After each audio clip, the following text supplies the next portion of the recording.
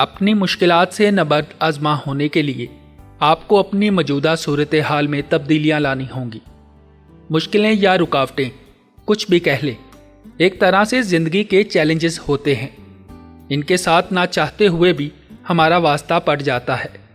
जो इनके साथ दो दो हाथ कर लेते हैं उनका तो ये पीछा छोड़ देती हैं। जो लोग इनसे दोस्ती कर लेते हैं इनके साथ ये इश्क इश्क खेलना शुरू कर देती हैं। अब ये हम पर है कि अपनी मुश्किलों से इश्क का खेल खेलें या चोर सिपाही का। इश्क के खेल में आपकी मुश्किलें जीतेंगी और चोर सिपाही में आप। इश्क का खेल आप नहीं खेलते, आपकी मुश्किलें खेलती हैं। मगर चोर सिपाही के खेल में आप सिपाही हैं और मुश्किलें चोर। आपने उनको पकड़ना है और सज़ा देनी है।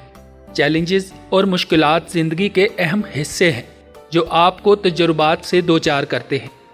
आपको सीखने, समझदार और मजबूत तर बनाने में मदद फराहम करते हैं।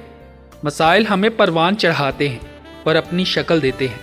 लोगों का सबसे बड़ा मसला ये है कि वो परेशानियों के बगैर ज़िंदगी की उम्मीद रखते हैं। ये एक नामुमकिन मकसद है। कोई भी इंसान इनके बगैर बोरिंग ज़िंदगी गुजारेगा। हम सबको छोटी या बड़ी परेशानियों का सामना करना पड़ेगा। फ़र्क ये है कि हम पैदा होने वाली परेशानियों और चैलेंजों से किस तरह निपटते हैं। लिहाजा आप ज़िंदगी में जिन परेशानियों और चैलेंजों का सामना कर रहे हैं इनसे भागना नहीं है। इन्हें नज़रअंदाज ना करें या इनसे पोशीदा रहने की कोशिश ना करें। इनका सामना करें, इनसे डील करें। इस तरह आप ज़िंदगी के सबसे अहम असबाक आसानी से सीख सकेंगे।